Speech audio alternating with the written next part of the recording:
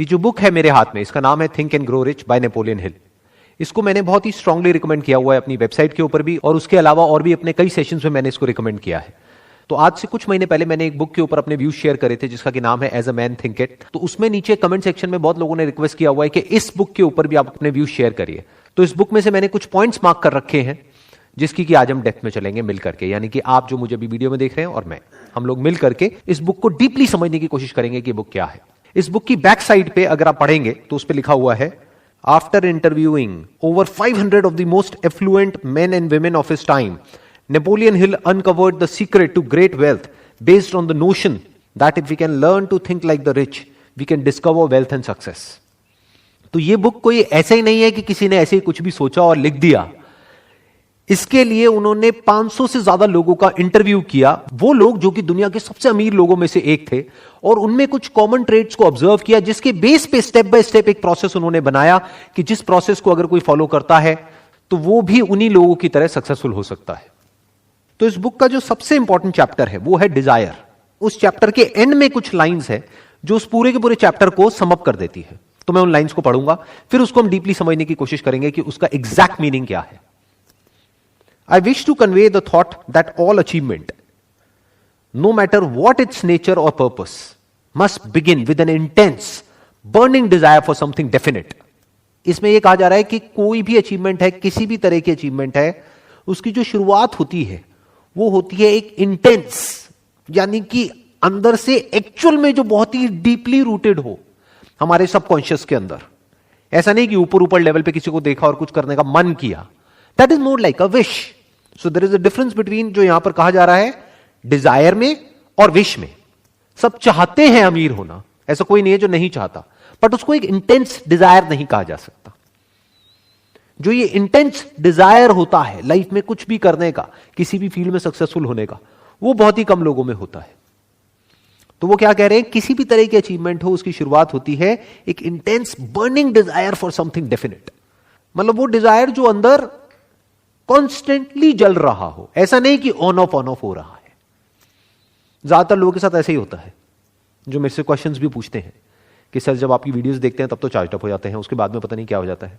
तो हुआ क्या है कि कुछ देर के लिए वो मेरे कांटेक्ट में आए तो एकदम से जोश आ गया, लेकिन उसके बाद में जो वो एक्चुअल में अंदर से है वो चीज ऊपर आ गई। मतलब एक विशफुल थिंकिंग हर एक के अंदर होती है कि हां मेरे को इतना पैसा चाहिए, उतना पैसा चाहिए, मुझे ये चाहिए, मुझे वो चाहिए। ये सब क्या है, विशफुल थिंकिंग जो औरों को देख करके हमारे अंदर पैदा होती है। बट एक burning desire for something definite, कि जिनको एग्जैक्टली पता होता है कि उनको क्या चाहिए, ये बहुत कम लोगों के अंदर होता है। Through some strange and powerful principle of mental chemistry, वो क्या कह रहे हैं कि माइंड में कुछ केमिकल्स रिलीज होते हैं। इसकी वजह से जब कोई हमारे अंदर डिजायर उठता है और वो बिल्कुल क्लियर होता है हमको क्या चाहिए, और हमारी जो ब्रेन की केमिस्ट्री है उसमें कुछ चेंजेस हो जाते हैं। अब इसमें हमको कुछ मिस्टिकल नहीं बनाना है, हमको ये नहीं सोचना है कि कहीं से कुछ तरंगे आती हैं, वो उठती है और फिर ये होने लग जाता है, वो होने लग जाता है, ऐसा कुछ नहीं है। इसीलिए उन्होंने क्या वर्ड यहां पे यूज किया, केमिस्ट्री। इट इज केमिस्ट्री, जैसे हमने स्कूल में पढ़ी है, इट इज केमिस्ट्री। केमिकल लोचा होने लग जाता है हमारी ब्रेन के अंदर। इसकी वजह से, उस केमिकल लोचे की वजह से क्या होता है, हम उस डायरेक्शन में भागने लग जाते हैं। जब माइंड में, इसको आप इस तरीके से कह सकते हो कि जब एक इमेज फिक्स हो जाती है, ये डिजायर क्या है, बेसिकली किसी ना किसी इमेज से रिलेटेड है, तो जब वो इमेज फिक्स हो जाती है, डेफिनेट होती है, तो ब्रेन में जो सारे केमिकल्स हैं वो एक पर्टिकुलर तरीके से चलने लग जाते हैं। यानी वो ही केमिकल्स रिलीज होते हैं जो कि उस इमेज को रियलिटी बनाने के लिए चाहिए होते हैं। बॉडी इतनी इंटेलिजेंट है कि वो अपने आप ही ऐसे केमिकल्स अंदर प्रोड्यूस करती है कि आदमी की बॉडी और उसका माइंड उस डायरेक्शन में भागने लग जाता है। फॉर एग्जाम्पल, मुझे रेड कलर की ये गाड़ी चाहिए, ये वाला मॉडल चाहिए, तो इससे क्या होगा, क्या केमिस्ट्री में चेंजेस होंगे ब्रेन की में? देखो, आप कहीं भी होगे आपको गाड़ी नजर आने लग जाएगी। आप सड़क से जा रहे होगे, एकदम से दूर से भी कहीं वो गाड़ी निकल रही होगी तो आपको दिख जाएगी। तो बस इतना हो जाता है कि आपकी नजर वहां चली जाती है। जो हमारी नजर एक्चुअल में भटकी होती है, आपको चारों तरफ वही नजर आने लग जाता है। यानी आपका दिमाग फोकस्ड हो जाता है। नहीं तो वैसे हमारे दिमाग में 1000 चीजें एक साथ चलती रहती हैं, बट जिस बंदे के माइंड में क्लियर हो जाता है कि मेरा ये डिजायर है और मेरे को इसको अचीव करना है, उसका माइंड एक ही डायरेक्शन में भागने लग जाता है। अब उससे वो चीज मिल नहीं जाती है, क्योंकि उस चक्कर में बंदा फंस भी सकता है अगर बाकी के जो स्टेप्स इसमें बताए गए उसको फॉलो ना किया जाए तो। ऐसा नहीं है कि अगर डिजायर के ऊपर ही हम अपना काम करते रहे तो वो चीज खुद चल करके हमारे पास में आएगी, ऐसा नहीं होता है। उस चक्कर में बंदा फंस भी जाता है। फंस कैसे जाता है? जिसके दिमाग में पहले से ये बैठा हुआ है कि मेरे को ये चाहिए और यही गाड़ी चाहिए, एट एनी कॉस्ट चाहिए और अभी की अभी चाहिए, और वो रातों रात तो मिलेगी नहीं, तो उसको बेवकूफ बनाने वाले भी लाइन से बैठे हैं। वो आएंगे कोई भी स्कीम लेकर के या कोई भी प्लान लेकर के, कुछ भी लेकर के, और उसको कहेंगे तेरे को ये चाहिए ना, ले बेटा तू ये ज्वाइन कर ले, ये कर ले, वो कर ले, उससे तेरा ये हो जाएगा। तो ऐसे बंदों की बेवकूफ बनने की पॉसिबिलिटी भी उतनी ही है जितनी की सक्सेसफुल होने की। आप कह सकते हो 50-50 है। 50% पॉसिबिलिटी है कि वो बुरी तरह से बेवकूफ बनेगा, 50% है कि वो सक्सेसफुल होगा। कब होगा सक्सेसफुल? जब आगे भी जो बातें कही जा रही है उसको भी ढंग से डीपली समझेगा, उसको भी फॉलो करेगा, तब वो सक्सेसफुल होगा। बट अगर सिर्फ यहीं तक शॉर्टकट मारने की कोशिश करेगा तो वो फेल हो जाएगा, उल्टा फंस जाएगा। ये डिजायर ही उसको फंसा देगा। अब वो किस तरह से फंसा देता है उसके बारे में मैंने अपने अलग अलग सेशंस में बहुत बात करी है, तो मैं उसमें अभी नहीं जाऊंगा इस वक्त, लेकिन वो हमको फंसा देता है। एक दूसरा डिजायर होता है जो खुद को कैपेबल बनाने का डिजायर होता है। वो डिजायर बड़ा कमाल का होता है।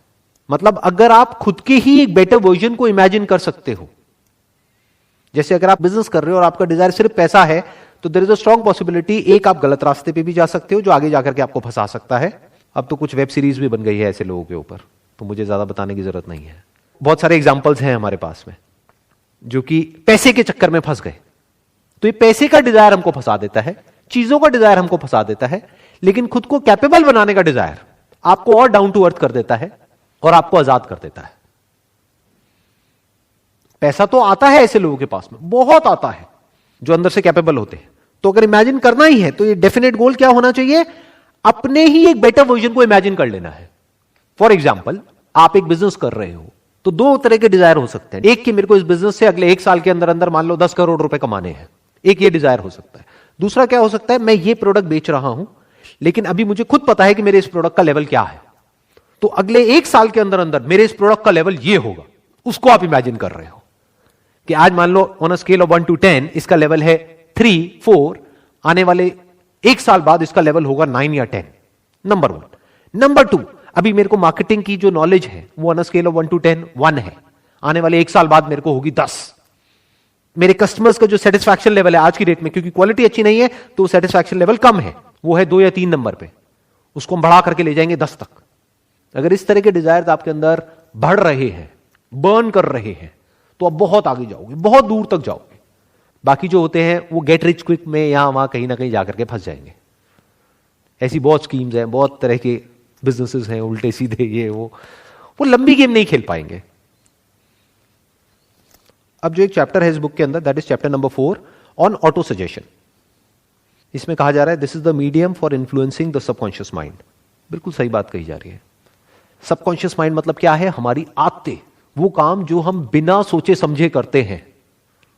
जैसे जब तक गाड़ी चलानी आपको नहीं आती है तब आप कॉन्शियस माइंड से गाड़ी चलाना सीखते हो, एक बार गाड़ी चलानी आ जाती है तो वो गाड़ी सबकॉन्शियस से चलती है। आप कुछ और सोच रहे होते हो कॉन्शियसली, लेकिन गाड़ी अपने आप चलती रहती है। तो क्या कहा जा रहा है? No thought whether it is negative or positive can enter the subconscious mind without the aid of the principle of autosuggestion. Autosuggestion को एक और तरीके से भी आप बोल सकते हो रेपिटेशन।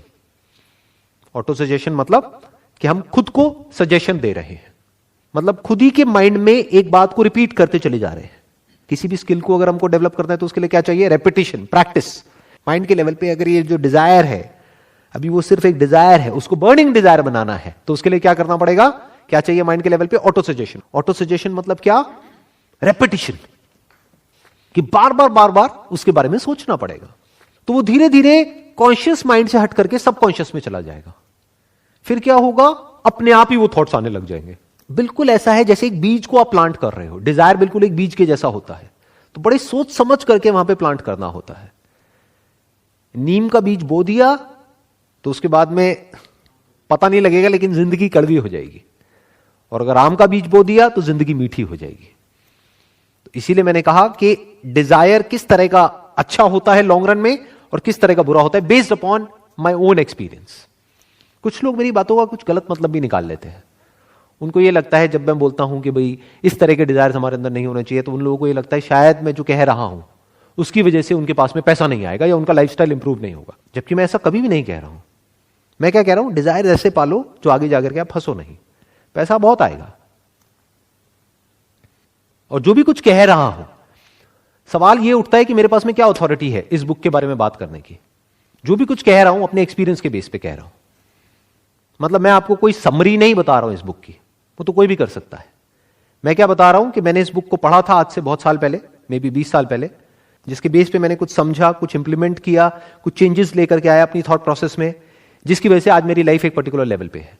तो क्या कहा जा रहा है, no thought whether it is negative or positive can enter the subconscious mind without the aid of the principle of autosuggestion.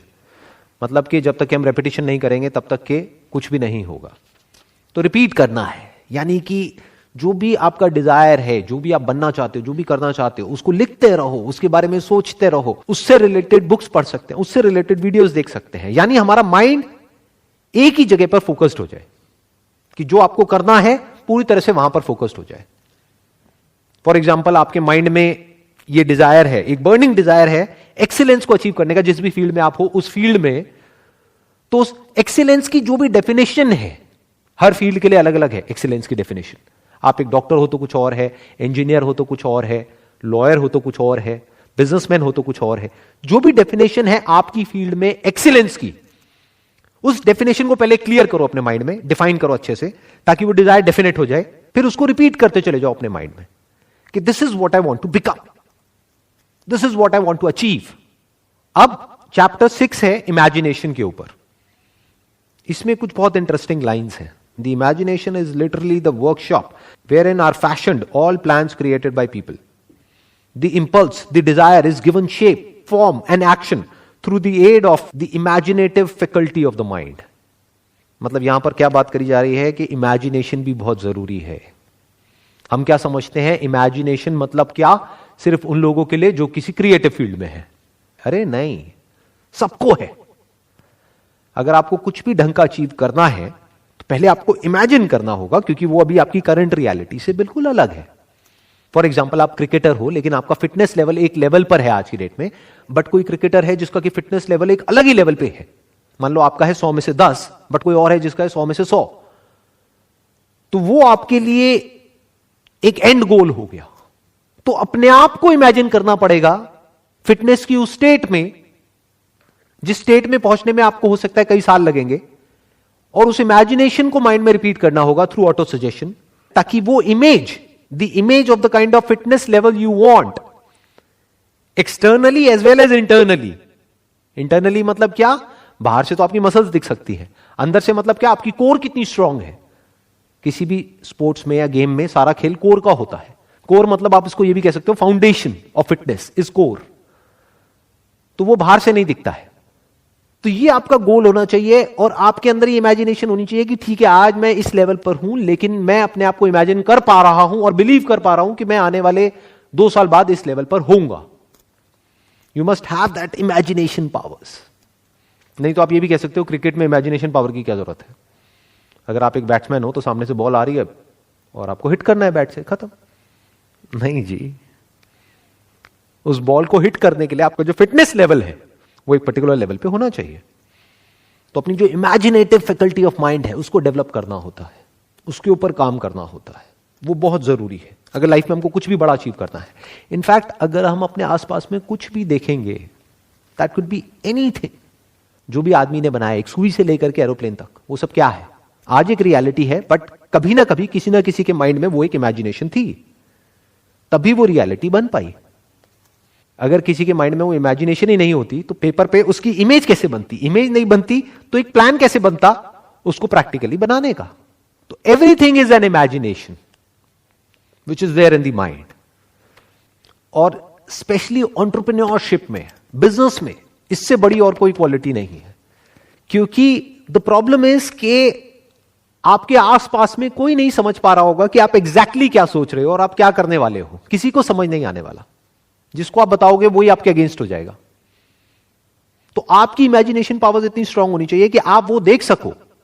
मतलब that imagination must become like a vision for you, जो औरों के लिए सिर्फ एक imagination होगा, मतलब एक ख्याल होगा। किसी और को आप बताओगे तो वो कहेगा क्या ख्याली पुलाव पका रहा है, मुंगेरी लाल के हसीन सपने। बट आपके माइंड में क्या हो जाना चाहिए, वो इमेजिनेशन एक विजन की तरह हो जाना चाहिए कि आपको साफ नजर आ रहा हो, कि आप आंखें बंद करो और आपको साफ नजर आ रहा हो कि आने वाले 5 साल बाद क्या होने वाला है, कि दुनिया किस डायरेक्शन में जाने वाली है। इसको एंटरप्रेन्योरशिप बोलते हैं। अब जैसा मैंने अभी थोड़ी देर पहले कहा था कि इसमें सिर्फ डिजायर से कुछ नहीं होगा, ऑल्दो डिजायर सबसे इंपॉर्टेंट है, यानी बिना बीज के कुछ नहीं होगा, लेकिन सिर्फ बीज से भी कुछ नहीं होगा। यह बात समझने वाली है कि उसके साथ साथ में और भी बहुत कुछ करना पड़ेगा। खाद डालनी पड़ेगी, पानी देना पड़ेगा, लैंड को आइडेंटिफाई करना पड़ेगा कि वो सॉइल उसके लिए ठीक भी है या नहीं है, उस तरह के बीज के लिए। तो ऐसे बहुत कुछ करना पड़ेगा। तो और क्या करना पड़ेगा जो बहुत इंपॉर्टेंट है, या किस वजह से लोग आगे नहीं बढ़ पाते हैं? चैप्टर नंबर 8 है डिसीजन के ऊपर। इसमें क्या कहा जा रहा है?